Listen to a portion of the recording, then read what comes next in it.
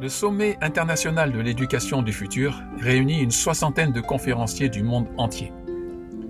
Des pionniers et des innovateurs issus du monde de l'éducation, bien évidemment, mais également des êtres inspirants, issus des chemins de sagesse ou des chemins d'apprentissage et de créativité dans différents domaines. Les arts, les sciences, l'économie, le lien avec la nature, le sport, etc. Des expériences et des chemins de vie qui sont un formidable enrichissement pour le monde de l'éducation. Le professionnalisme des traductions, en simultané, et l'incroyable richesse de toutes ces conférences offrent un horizon de point de vue vaste et varié, très complet, qui en font au final une véritable formation professionnelle pour les enseignants, les éducateurs et tous les professionnels de l'éducation, mais également une formation à la parentalité consciente et une formation individuelle à la vie consciente. Face à toute cette richesse et aux divers retours, nous avons décidé d'offrir toutes ces conférences à tous, partout dans le monde, en français et en anglais, quelquefois en allemand et en espagnol. Découvrez la vision d'acteurs audacieux et influents du changement, vers un monde éthique, solidaire, généreux et profondément respectueux de tous, des cultures, des peuples, des règnes et de la planète. Un incroyable panel de conférences, couvrant toutes les dimensions de l'éducation, pour un futur ayant du sens, une humanité épanouie et une terre qui respire. Une chose est sûre, votre vie, et à travers vous, celle des enfants, ne sera plus la même après avoir écouté toutes ces conférences. Pour avancer, nous avons besoin de vous, nous avons besoin de votre générosité solidaire. L'organisation du sommet et l'édition des conférences ont nécessité des milliers d'heures de travail et nécessitent encore beaucoup de temps et d'investissement. Nous faisons appel aux dons libres et spontanés pour compléter le financement du sommet et, si possible, continuer à l'enrichir de nouvelles conférences. Votre soutien est vraiment précieux et vital pour aller jusqu'au bout de cette aventure extraordinaire. Merci.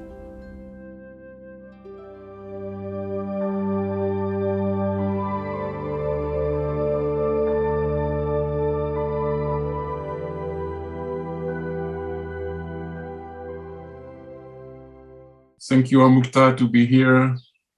Yeah. I'm very happy to see you again because we were together 2 years ago, no, 1 year and a half ago.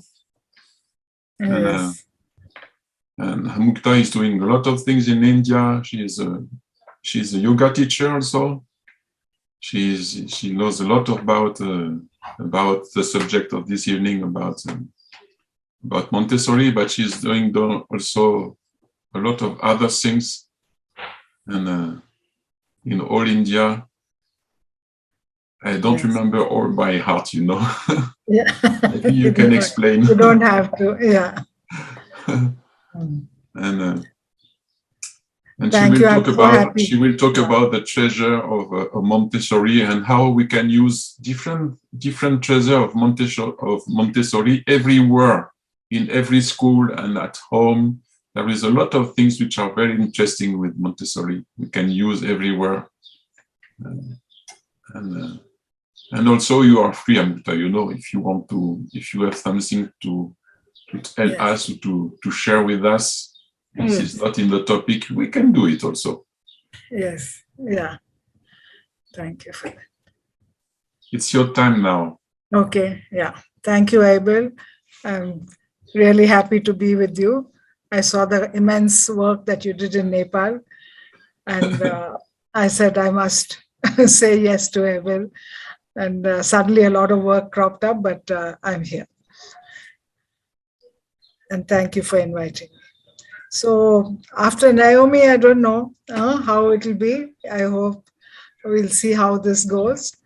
And I will share a PowerPoint with you, and please feel free to share, talk about things, stop me in the middle, and maybe I'll say a little bit about myself before I start the PowerPoint. Yeah, and share my work. I have been from the time I'm a teenager, I've been involved with education and teaching because I felt that's the path to change the world in a way. Because as a teenager, you know how we are enthusiastic about that. And I'm still there, still enthusiastic about that. And I think I'm grateful to Montessori to give me a kind of a structure and also to go beyond that and be unstructured in a free way. What I have done is also working in small schools and also with the state government, because I felt that the impact is not just the Montessori education, not just for pretty schools, but for quality education for all children. Because after all, she started her school and her work with the children who were from a poorer classes.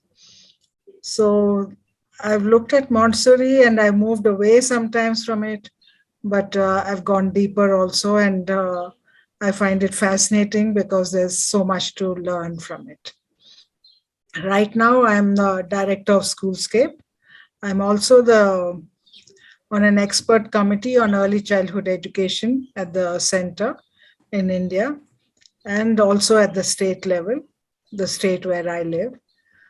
And we're looking at possibilities of making a training program be available at a university level, at a more, available to all the workers at the government centers also, so that they have a good quality training and they can implement the right kind of education for children anywhere in the country.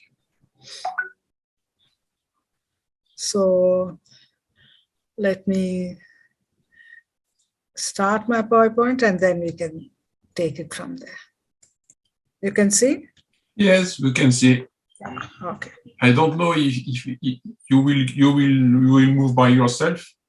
Yeah, I'll do it myself. Yeah. Okay. Yeah. Then it'll go a little faster. So I'll keep some time at the end also for discussion. We have about an hour, Abel? You have until 6.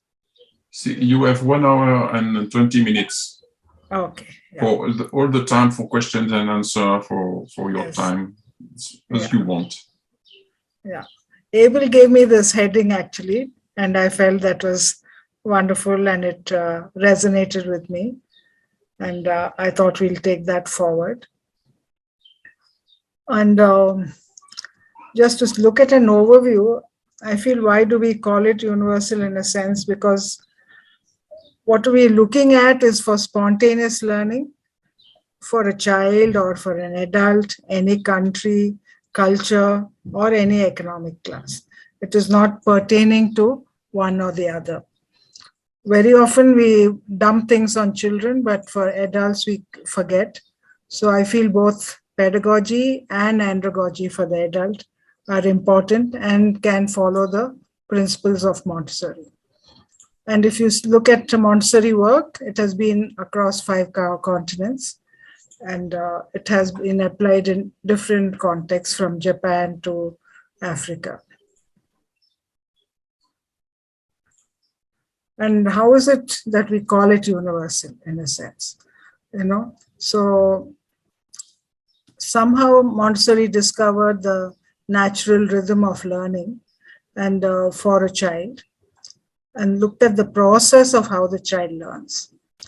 And she also looked at, she was born in a time when, so much was happening in the world. Karl Marx, and she learned from others also. From psychology a lot of work was done in psychology. Freud, etc. were there. His daughter also was working with Montessori. There was also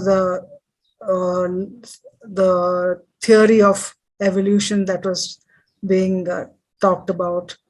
And suddenly somehow children were discovered that earlier, before this, children were thought of as mini adults, nothing very different from adults, just that they were smaller.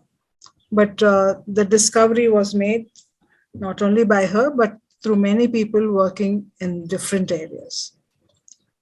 It was also in sync with what human beings are like. What are human beings? What are the human tendencies? And can learning be compared with them or go along, flow along with human tendencies? It's also within the environment, the classroom or the school or the larger environment, how social development happens is also kind of linked up to what she was professing to have. If I had to give you an example, I mean, if you look at regular conventional schools, the basis is jealousy, competition, all that. So naturally, children grow up in that environment, are not very sociable. They may talk a lot, but they're not social beings. But if the culture and the template of the classroom or the school is different, it is based on peace, working together, collaborating, then the real social development may happen. And the basis is on love and affection for one another. And if children can experience that, then I feel then we can say that our society is built through that, based on affection and love for one another. And societies too, evolve. And how do they evolve? We learn it through many different things. And what she talked about was not for the younger children, but for the older children. She termed it cosmic education, so that there's a link from the individual to the cosmic.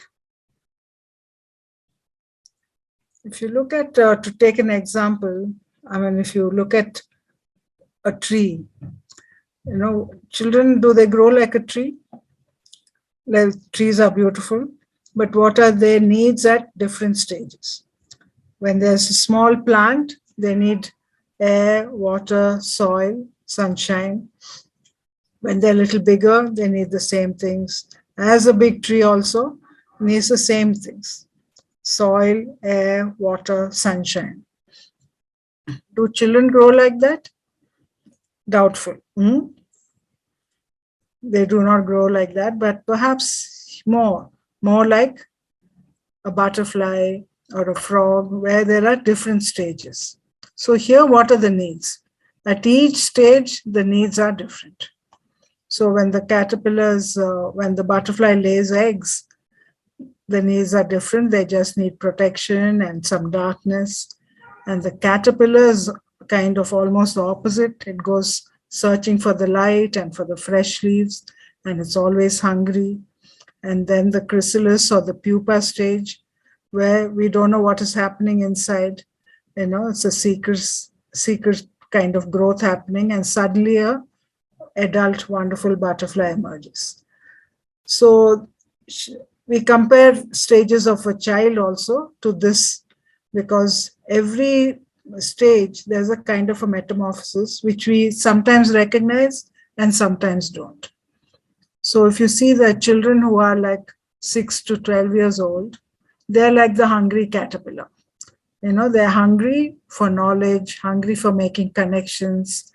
But in schools, regular schools, or and at home, very often we give them only bits and pieces of information without helping them to connect. But left to themselves, they will like to connect to whatever is around them and the whole universe also. The adolescence is a bit like the chrysalis, where we don't know what is happening in the adolescent. We don't know, the adolescents themselves don't know what is happening to them. And there is a kind of a quietness in what is happening. But there's also if their needs are not met, then there's a reaction to that. And what we see in society is more the reactions where their needs are not met. But if their needs are met, what would happen to adolescents? And if their needs are met, then maybe the adult butterfly would emerge as beautiful as ever. Very often people talk of Montessori as a genius because she did so much. If you see the work that she has done and the all the genres of work that she has put together in all the subjects, whether it's maths or language, geography or history, and learning the pedagogy itself. There was an immense amount of work. She was helped by her son and other educators too. But the principles of it, in a way, she made it as a base and as a foundation. She did not want the method, so-called method, to be named after her. She said, "You can't call it after me.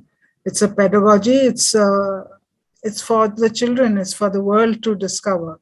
And she did not patent anything that she had made or invented. And if you see nowadays, even a small toy that one makes is patented and sold as that, but she made hundreds of things and did not put her name to it. So she said it's like a science, and a discovery of the child is like laws of physics, like laws of yoga, or of laws of the cosmos. And she said, when we've discovered these laws and the rhythms of the inner child, let's put that to practice. And this was in 1906 onwards. And for about 100 years or more, we have had this. And it has been flourishing. Montessori kind of has been going in waves. And now maybe it is at a high.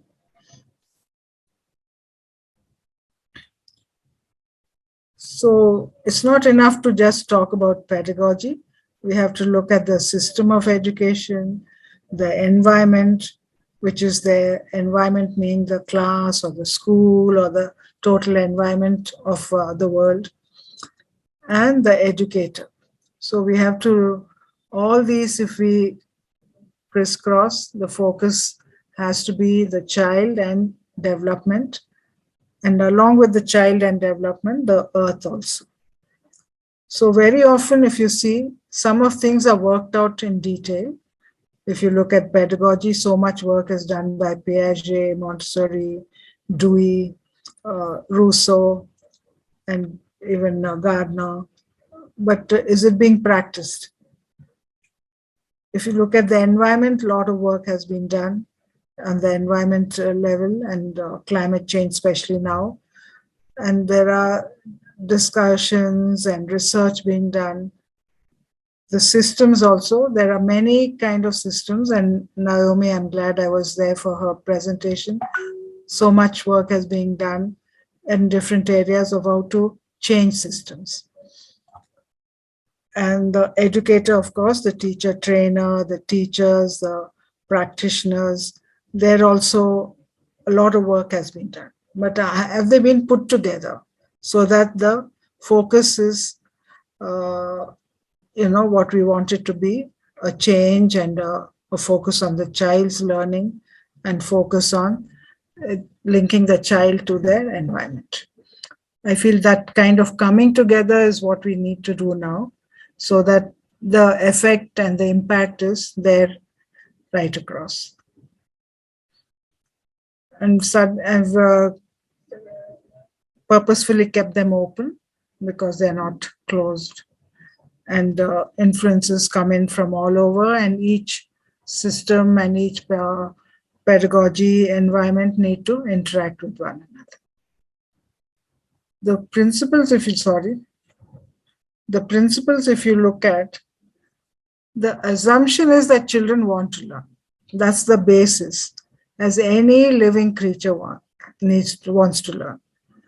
But if you look at regular teaching or conventional teaching, the assumption is that children don't want to learn and we have to force it down. If you look at alternative education, which there are many forms of it, even there, many people think it says we have to make it fun and games. So the assumption there in alternative education is also that children do not want to learn. But if we start with the assumption that children want to learn, as any plant or bird or caterpillar wants to, then all we need to do is create the environment where children can be. And what kind of environment can that be? So one kind of a principle is that there has to be movement. They cannot be sitting behind desks or sitting at home in one place. And movement leads to learning. And learning leads to a kind of an absorption. It has to be learning, has to be experiential in a way, where the sensorial children have to work with their hands. Today I'm on a committee where, as I told you, with the government, and they were going to bring in smart boards for very young children, 3 to 6 year olds. And we said that can't be done because children need to work with their hands. They have to move and not just sit at and stare at a board. Somebody's raising their hands. Gracie, you have a question? Amukta, the slide is always the first one. Oh, it hasn't moved? Oh. No, you have to move by yourself. Maybe you can click yes like this. Okay, I'll do it like this. You have to do it by your own, but most of the time it doesn't work alone. Yeah, I was doing it. You didn't see any of the earlier slides? Yes, now it works. When you choose it. Yes, now it works. But I was doing a slideshow earlier so that it's bigger for people to see. So I won't repeat myself, but just have a look. It's in any place. And children don't grow like trees, but more like a butterfly.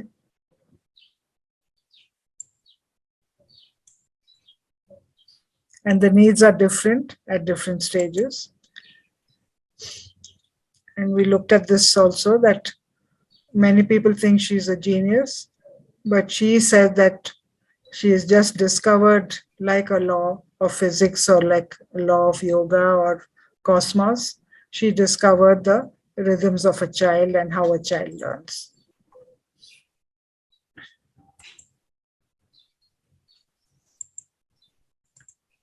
So this is the grid I was talking about, how all the 4 areas need to be discussed and put together so that the impact and the effect is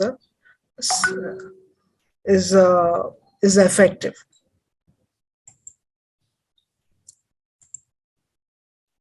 So I think we were on this slide now.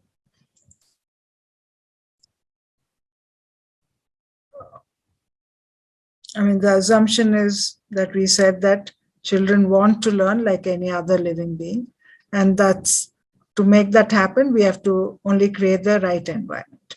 And in that environment, what needs to happen is movement, which leads to learning. If you want children to sit quietly and pin down to their desk, that does not happen. And that would be just rote learning, or it won't be part of their whole self. So what needs to happen there is also to work with an experiential learning, working with their hands, and which would lead to cognition, which would lead to concept building, and also to construction of their personality. These 3 links are important, from experiential to cognition to concept and to construction, because that is the cycle of learning, and that keeps repeating itself again and again, because as the child abstracts and builds a concept, the personality gets, one more layer is added to the personality, and then the child also discovers something else. To make learning kind of effective, whether it's a child or an adult or anybody, the choice is important. So when there's a choice, then there's an involvement coming in from the emotional part of the child or the human being. If the choice is not made, this involvement doesn't happen automatically. We may make it lots of fun, lot of games, lots of activities. But if it is dumped on the child and the adult chooses for the child, or the teacher chooses for the learner, whether it's an adult, then that involvement or the full personality of the person is not involved. So the bond also between the adult and the child, or the learners, is important, and the bond also between the peers. The child learns, the other teachers are the children themselves, and it's through them also that children learn, which we all know. But why doesn't it come into the regular schools? I feel that's something that we need to question and maybe demolish some of those structures there so that the child can learn naturally. And the child is not acted upon, it's not instructed, not told, but there's an offer, and it's for the child to accept or not. Very often the adult ego comes into play, and if the child says, no, I don't want to do it, they feel offended. But why are our egos so fragile that if a child says that, or a learner tells us we don't want to do it, why should we get upset? It's nothing to do with us. We have to praise the child, we have to clap for the child who is able to say no to the adult. Because we are the giants in the environment, and if a small child has the courage to say no, we have to applaud and appreciate. Some of the other principles that we could go into is that we work at the environment, the class, the school, thinking that is the microcosm of society, of the universe. And how does it become a microcosm? If it has to reflect society too. So as many as, suppose there's a variety in our society, that variety has to be there in the school. So if we have other economic groups living in society, there has to be in a school, as much as possible, a variety of economic children coming from different economic groups. If the variety of religions are there in society, that has to be reflected in the class, and there have to be children from different religions. If there are children with difficulties, learning difficulties, physical difficulties in society, they need to be there in the class. So as much variety as possible needs to be there, so that this is it reflects society, and it is an atom of society. And that is where children need some preparation to be in society. And if this is happening in their classroom, in their environment, then they would be in a way prepared for living in a wider world. And they will also help, they are living in the world. And what we need to do is to make those connections so that it becomes healthy and wonderful for them. And the connections that the children have as they live in the world, need to be respected and acknowledged. Otherwise, very often we treat and teach as if it's something very new and only we know it, and children don't know anything about it. But children come with their knowledge, come with their experience, and we have to start from there and meet the child where the child is. We can't think of the child as a blank slate or a tabula rasa and start from only what we think is important for the child. So the child knows colors, they know shapes, they've been living here. So how do we present it from the point of view of the child and help the child to connect to the world? So if I give an example from here, even a simple thing like colors or shapes, we offer the colors and the shapes without names initially. It is first the experience of it. And then the child, when they are observing outside, they're going for a walk, etc., suddenly they discover and say, this is a color. and they give maybe the name of it if we have given it, or they say this and this are the same, and this is not the same as this. So their mind is working all the time to make those connections. And we have to respect that and acknowledge and only offer something that helps the child to connect.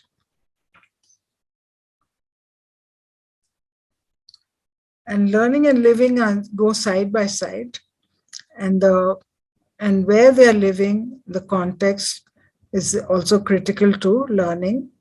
As my earlier speaker also said, the local conditions are important, and our universal connections are also important. So both together we need to work and to connect for the child. So I'll give you an example where I was working with the children of fisher folk families along the eastern coast of India.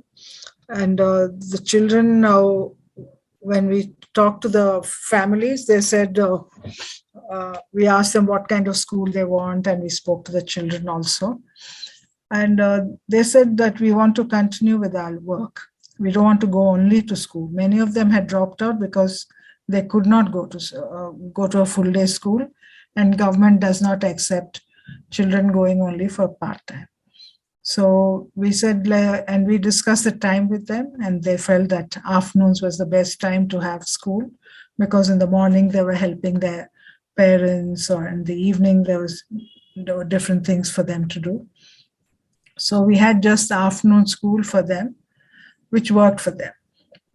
In another context, in another state in India, which was a little more kind of hilly, and it was quite a rich country, rich in resources, natural resources. There, though it was a rich country and lots of forests, lots of agriculture happening, the children were sent off to work in restaurants, which was the famous, there are Udupi restaurants in India, which are very famous for all over India and maybe elsewhere too. And the children were sent off to these places to work because their families ran them. And it was a kind of a help for the children, help for their families. And there we asked the children and the parents, what kind of schooling would you want? What kind of learning would you want? And there, what we discovered with the children was that they preferred evening school. So they would work in the morning and they would come in the evening. So we set up schools, night schools, close to their villages, close to their homes. And so there was a small shed where they could go in the evenings, sing, dance, learn a craft also. And that in that context, that worked. So I feel we have to look at education not as a blanket kind of a one shoe fits all, but look at it in a differential way, so that planning, etc., especially now, one can do that quite easily, where each ecosystem in a way is differential and planned for that ecosystem. Education, this is a simple statement.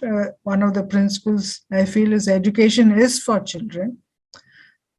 But usually how it's taken is that whatever is easy for adults to manage and whatever is easy for adults to organize, and that's how school systems, etc., are planned and implemented.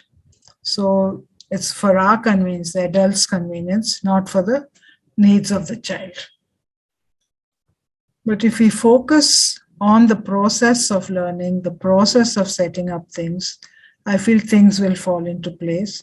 We're very often looking at content, outcomes, and results, because sometimes those may not happen at all. But the means is the end in a sense.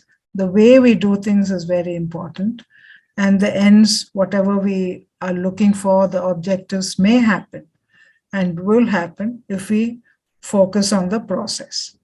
But if we let go of the process and we say, okay, any means is okay, we want the ends, I feel then things go awry and are not in place.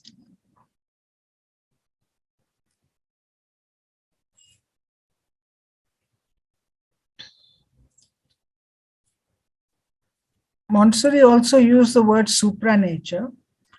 Very often we look at nature as wonderful and beautiful, and whatever human beings have done as something which is artificial and that goes against nature. But her perception was that it's a human being's effort, and it's through that effort and their struggle and their intelligence that what we have now and what we enjoy and what we use right through our lives is something what she gave the name supranature, that is, human beings interacting with nature and building on it.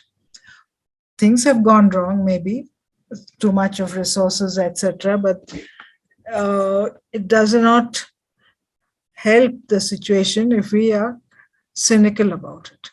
Can we appreciate human effort, human struggles, and what they have brought about along with nature, adding to nature and one more layer to nature? And I feel that's important also. Otherwise, it's very fashionable now to say human beings are terrible, they've destroyed that, they've destroyed that.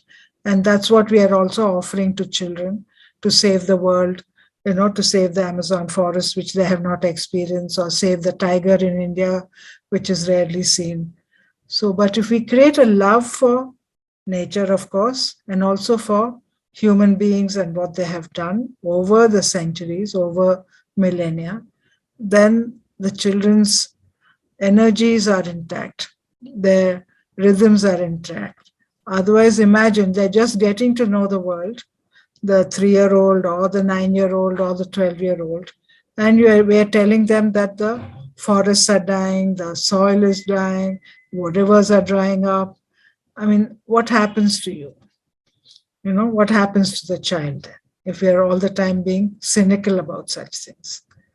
So, but if we offer a way that children love nature, love the human beings around them, see the impact that they have made, see the effort that they have made, then they would want to, if they love that, whatever we love, we want to cherish and keep. So if we create a love for that, the children will definitely want to keep it and want to save it and want to make it their own. Any questions here? Yes. I'll look at the last slide.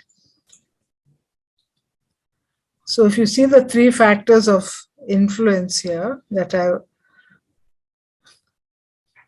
I outlined here, factors of influence for the development of the child. So if you look at the inner circle, the child is born with a potential, and that energy and that power is important for the child. And that energy is something that we cannot put together or we are not in control of, but the child is born with that. And that is also something that we need to acknowledge and work with. So the second open-ended circle, and why do we make them open-ended? You can tell me afterwards. So the second open circle is where the potential, the child is born with this potential, but while interacting with society, it could be the family, the school, or the natural environment of the child. While interacting, that potential is manifested or actualized. If that is not done, if there's no interaction, then the potential may not be actualized or manifested. And so the second open-ended circle is the society or the environment the child is born into. If you look at one more example, if you see language, the child is born with the potential to learn any language. And but what language the child learns depends on the environment. And there's a very stark example of in France, if I may say so, since Abel and many of you are based in France. The Savage of Aveyron, where a wolf child, there are many stories around, but this story has been documented. And you can tell me if I'm wrong. Savage of Aveyron in France, where a wolf took away a child, a small baby, and the baby grew up in the forest with the wolves. And I think when he came out, the child was about 9 years old. And when he came out of the forest and he was discovered, the child was not speaking. What do you think? What kind of language was he speaking? He was naturally speaking the wolf's language, whatever absorbed from the environment he was living in. And but he could speak a language. The potential was there to learn any language, but he was not. How was he walking, this child? He was walking mostly on 4 limbs because that's what he had seen. Though as a human being, he could walk on 2 limbs, but because the environment was that, and that is what he observed and absorbed, all he was doing was walking on 2 limbs, walking on four limbs, sorry. So the environment is rather important for that potential to be actualized. There are many stories in India also how children grow up with wolves and or in the forest.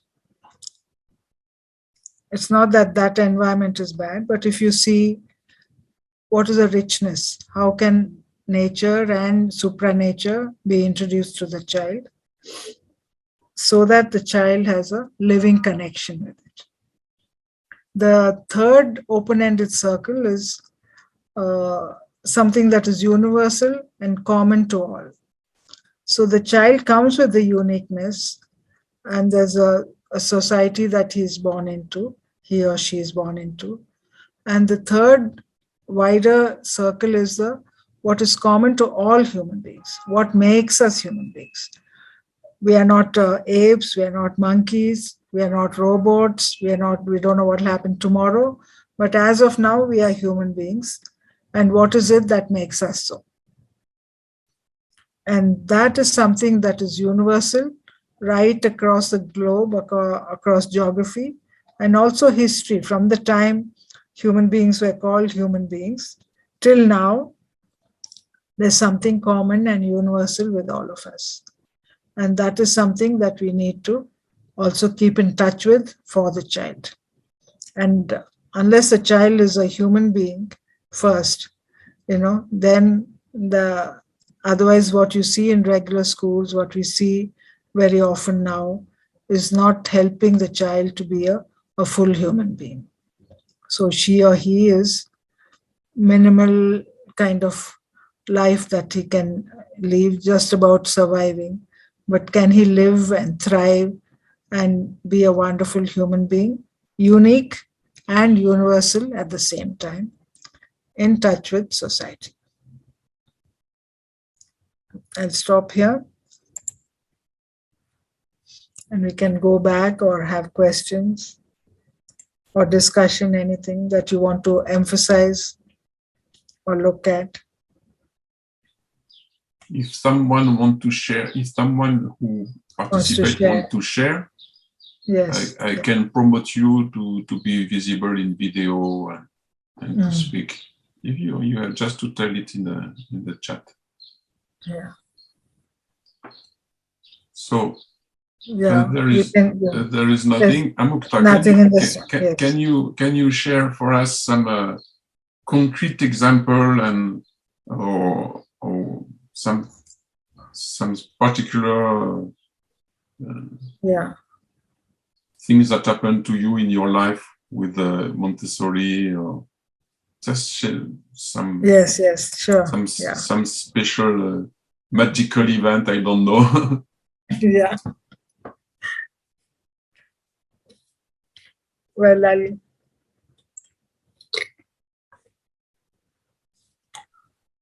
I was introduced when I was 18 years old to the Montessori philosophy and the pedagogy.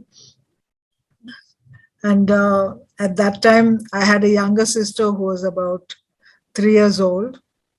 And my parents already had we were four of us, and she was the youngest, she was the fifth one. And I found that very fascinating, the whole pedagogy. And I was living in another place and doing the course. And my parents were in Madras. And from there, I would write to them how to bring up my sister, though they've, brought up many children before that. But I think Montessori gave me that focus of what children need, and it was magical at that time. That was one thing that I'd like to share. The other is what we put into practice, in the government setup. Even there, it is possible to apply the Montessori philosophy or any alternative idea if we make things kind of relevant for the government, make it acceptable in a way. So what I felt was some rules or principles that were part of Montessori that we can bring it to the government sector, which I didn't plan initially, but we evolved it along with the faculty, along with teachers, was that children need to, some things that I talked about, that children need to choose their work. So we told in the government school, we set up demo schools. However much we talked about it, the government teachers, thought it was imaginary and a fantasy tale.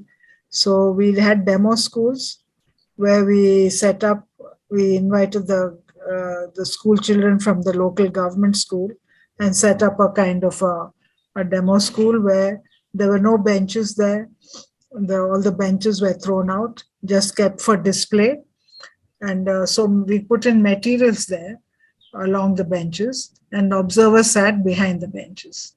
And we invited the children, and we told the children that this is our classroom, there's lots of material here, let's look at that. And I would like you to go around, see the materials, and choose with your heart. And that was one thing. And they said, once you choose, you work with it as long as you want, and then put it back exactly where you took it. And then we said, we are so many of us working together. We had about 30 children and 3-4 teachers, because they were not used to it. And we said, we are so many of us working together, let's talk softly. So when we gave them the kind of rules, and we said, like playing cricket, here also we'll have some rules. Cricket has some rules. Cricket is popular in India. And or you go to somebody's house, there are some rules. So here, these are our rules. And the children looked at the rules, the 3 rules that I gave them. And I said, go around and see what you want. When they went around, they were not touching a thing, because their hands were tied and their hands were like this. But because the whole year, these were children 6 years to 10 years old. And because right through in school, they're told not to touch things. At home, they're told not to touch things. So here, when we said, take up things, they would not, So we said, touch and hold them and see what you want. So once they started and they broke that silence and were able to touch things, they were so engrossed and, fascinated that they worked for 3 hours, and for teachers and children, we could not lift our heads up for those 3 hours. We had to stop them, because once they picked up, there were lots of materials. There was an old typewriter, there were magazines with some scissors which they can cut up pictures and make collage, old newspapers, some material which we had made, language, maths, etc. And the observers were there, the teachers, the training institute directors, all of them. We had this many times. And they said the first time that you have rehearsed with the children, and that's what we are seeing. We said, no, I don't know the children. These are just children from the local government school, and we are working with them. And we did this again and again, many times when we did the training of the state teachers, educators, administrators, again and again this happened. And I said, for me, that discovery was this is a natural way of learning, and we didn't have to tell them how to do things, what to do, just these 3 rules of talking softly and choosing with their heart and doing as much as possible. And that was implemented in 37,000 schools, over after 3 years, I think. Because once we trained the people, one core group, and they in turn trained 200,000 teachers in a year's time. And then they developed this methodology, or what they call activity-based learning, and which implemented in 13 schools initially, then 200 schools, then 4,000 schools, and then the whole state.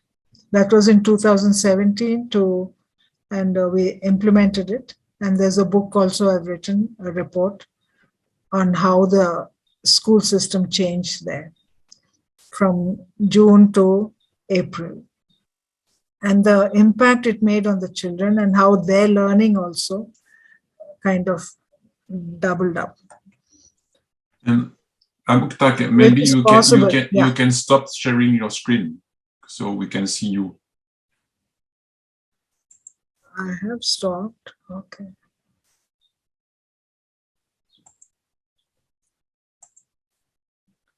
Nice. Sorry. Yeah. There's a questions here.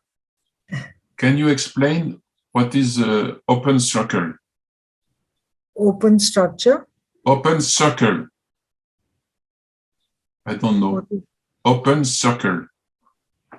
Cercle ouvert. Where is it? It's questions and answer. It's in open French. circle. Open circle. Yeah. And how many children in the classroom? Okay. So the demo class we had, it's an easier question.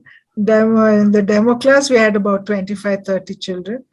And generally, we say that we should have that many with 2 teachers or 2 adults, because again, it should be like society, So if we have very few children, the adult intervention is too much, because the adults have itchy fingers and they want to correct and, pounce on the children. But if we have 25, 30, the children create their own society. Sometimes there should be somebody they're fighting with a little bit. They're not talking to somebody. They're making up with somebody. They have very good friends for a while. So all that what happens in society needs to happen in class. If it is only 15 or so, it doesn't lend itself to that. So they need to learn to collaborate with people sometimes they're not talking to. Sometimes they're fighting with somebody, but they need to work with that person. So that whole social development needs to be there. And so we say 25 to 30 children with 2 adults.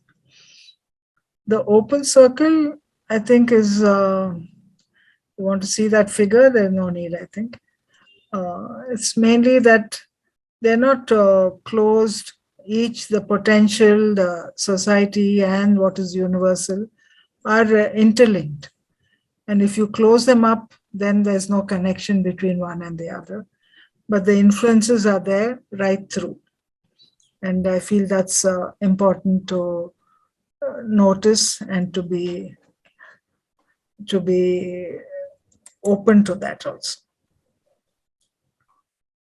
That was Abhinav, yeah. Okay. Yeah. Yes, I haven't seen him as yet. So next time, yeah. So is that okay for you, Abhinav? I try to make it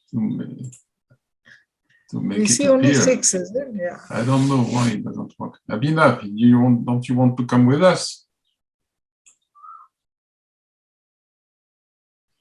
And Amukta, when I was in Nepal, Yeah. I was very impressed because there was so much Montessori schools in Nepal. Okay. Okay. And it seems in India also there is a lot of Montessori schools in India.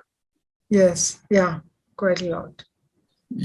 More than here in France, you know. More than Italy, where Montessori is from. But I think because it's a training center. And she lived here for 10 years or so, from 1939 to about 47 or so she was here, and then came back again in 49. So, and the training is happening. So we are looking at also, that's a possibility even in democratic education. If we look at, we say that let's follow this. Hopefully, if we have training, then there are more schools happen. You know, otherwise the adults are not prepared. They grew up in a regular school and their ideas are similar. They may think, okay, we want to change, we want to be different, but somehow school is such a strong structure that even alternative schools fall into that trap. You know, so even homeschoolers and unschoolers, I say, why call it a school at all? You know, why are we still in that trap of calling it a school? So what is your idea? What is your dream for you now, Amukta, after all these years of experiences? What is your dream? My dream is children should live and learn naturally, and adults earlier knew how to offer children. At some time, if you go into villages, they're still good with the children. It's in cities that we get polluted, and somehow our bond with children is broken. But that bond between adults and children, if it's there, I feel we don't need structures like school. But now it's a reality. We need to work with them to keep it open, because otherwise parents can't manage. We saw it in the COVID situation. Parents can't manage with children being at home all the time. Our societies have become dependent on schools. So we need to work with school as a structure to open it up. But in the future, I feel, you know, let it be. Children sometimes go to school, sometimes may not go to school. It's okay. And we have to accept learning wherever it happens. Someone wants to speak. Yeah. Michelle, you want to speak? Circle universal. What is the question? I can't understand. It's in French, I think. The universal circle. What is the experience? The universal circle. What is the universal experience? In that slide, what we mean by universal is something that is common for all human beings, wherever they are, whether they're in Australia or New Zealand or India or wherever. So that is which is universal for all human beings. I don't know who asked that question. Yeah, Michelle. Emeline, you want to share with Amukta?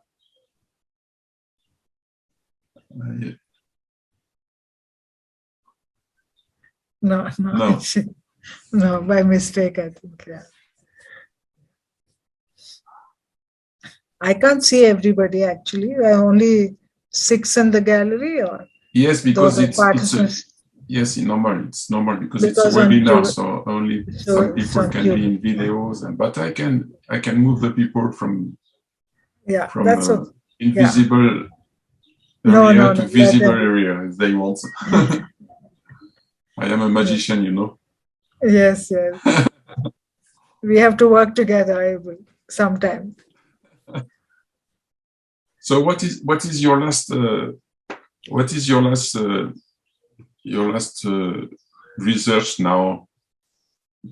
These times. Now I feel you know, when we're looking at the local context, and I've done some work in yoga, I feel some traditional knowledge has to be brought into schools, and the environment is also ready for that.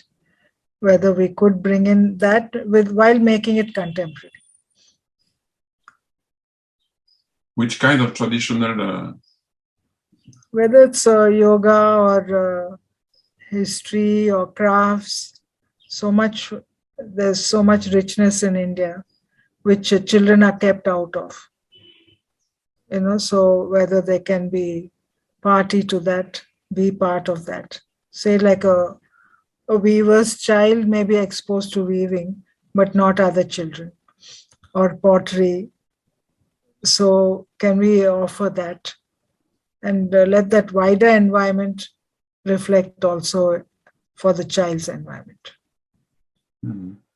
Otherwise, that's going to, in a way, that's a connection, isn't it? Where we can connect to history and to what is in our environment.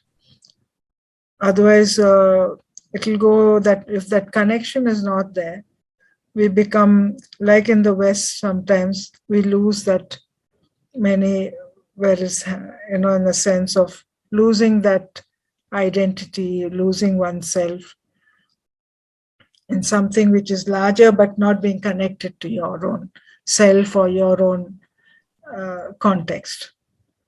Mm-hmm. And so everyone wants to think America is the best place to go, or maybe France is the best place to go, or Australia.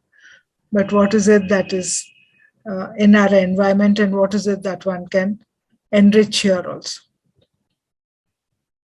And the other is also that the children and people who are here, they're underestimated. The kind of work that is possible by them, the potential that they are born with, that is grossly underestimated. So very little, only minimal kind of work is expected from them. It's mainly what are you touching of the child. You're not touching the child's emotions. You're not touching the child's cognition. You're not building a concept, but it's only rote learning. So it's just a fraction of a child's personality that we are touching, and not the whole. And so can we address the whole child?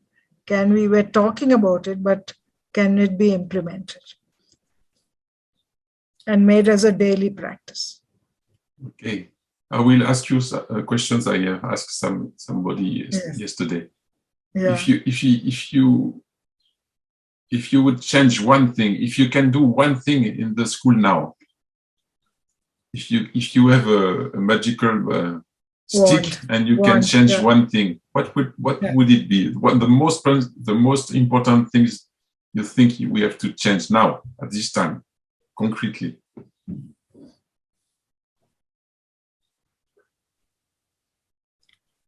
Teachers. I mean, for me, teachers. And you want to transform the teachers in what?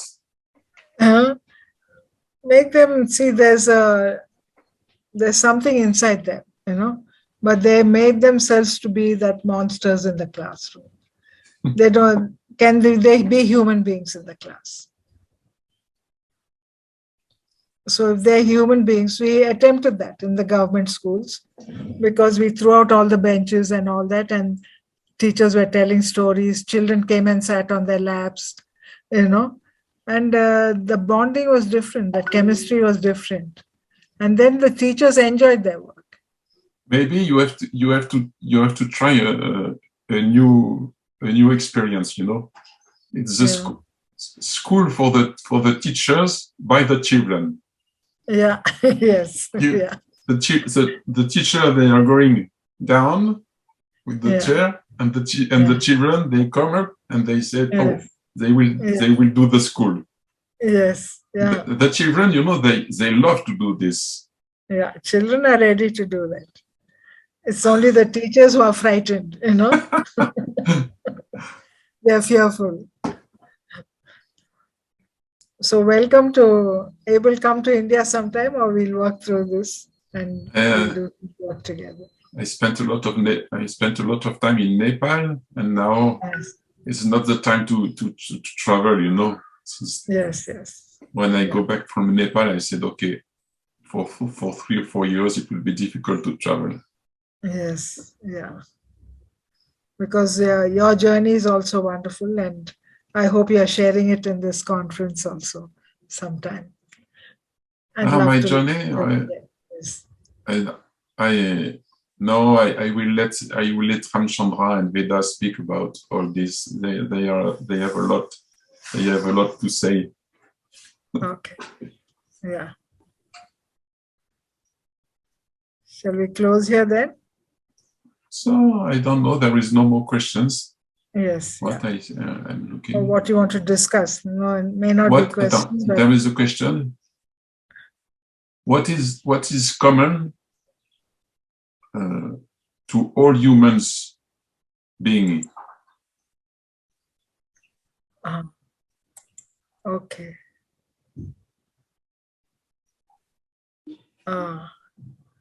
Yeah. So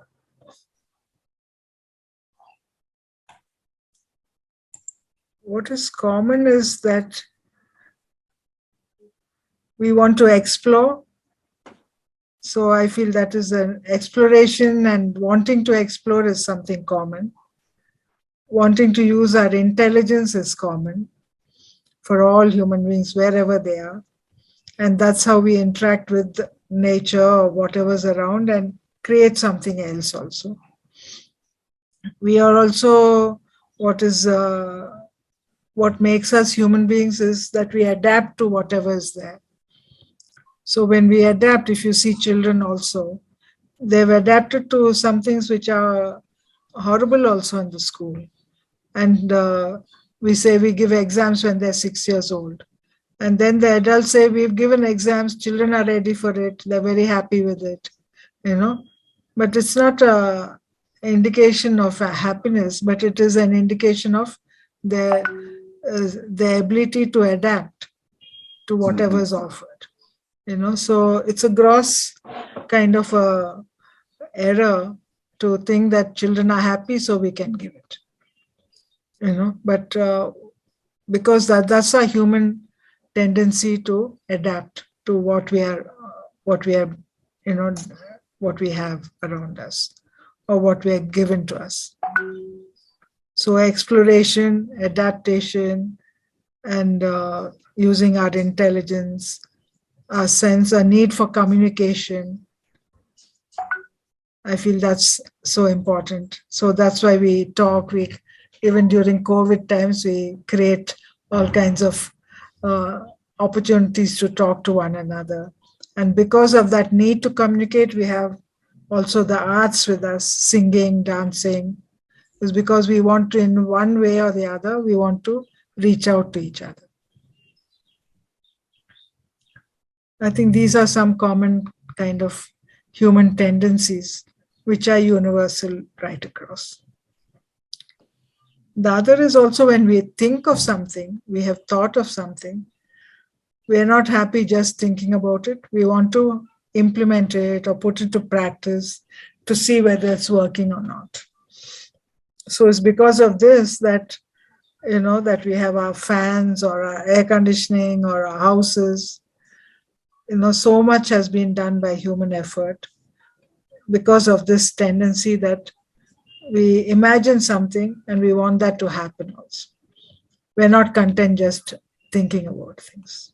So it means that we have to imagine new things to change A new the world. Like yeah, and then we'll put into practice. Mm-hmm. What do the rooms and surrounding look like in this context?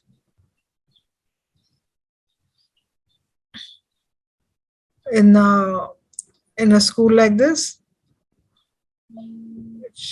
we prefer like open kind of rooms where there is preferably hexagon or octagon, and there are some nooks and corners. The materials are there. Why materials are important is because If there are no materials, then the teacher becomes the centrality for passing on knowledge or a resource for all kinds of activities or learning. But if there's material, the children become independent. So material is part of a learning environment, and that's what we need to have. And a kind of a veranda, what we call in India a veranda, or a little outside space, connecting to the outdoors. That's also important. And all the shelves and material need to be accessible to children. So they don't have to depend on the adult to give it to them. They should be able to access them easily. So no locked cupboards as such, maybe just one cupboard for the teacher for whatever she wants to keep, but rest of it is open for children and they have access to that. And also a variety of seating so that some can sit on the floor, some can sit on low chowkis or low tables, some can sit on high tables. Some children can work individually, some can work in pairs, some can sit as a group, say 5, 6 together. So to bring in that variety so that what children need at a particular time, they learn, they choose where to sit, they choose the material, they choose who to work with. That is the freedom the children have. And so the environment needs to be that way so that children can act on their own. So if you see the basins are small enough, if it is for the 3 to 6, the basins, etc., have to be small where they can wash their own hands. The chowki has to be, the low table needs to be so that they can carry it themselves. For the second plane of development, we call 6 to 12 years old. They like to collaborate and work with others. So the tables can be larger. They like to work in a group. So the tables can be larger and they'll bring it to 2 people. It lends itself to helping one another. So they can have a variety of that. So different ways of different places for working. They can sit outdoors, they can be indoors. So different kinds of material. Material can be for the subjects, can be for hand skills, can be for singing, for music, and all the subjects, of course. And as much light and ventilation as possible.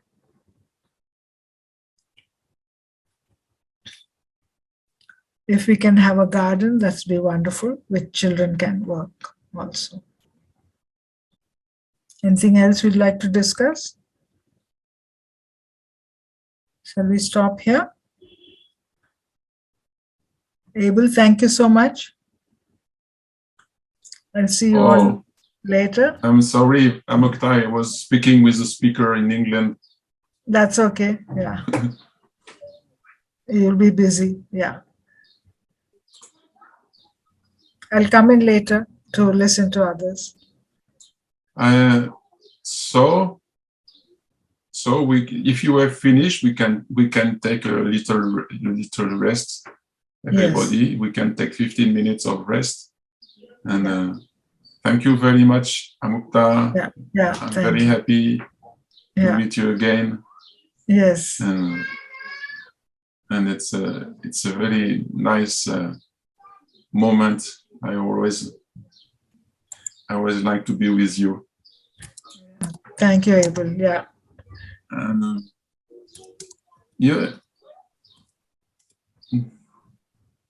thank you, everyone. Thank you. Thank you, Amukta.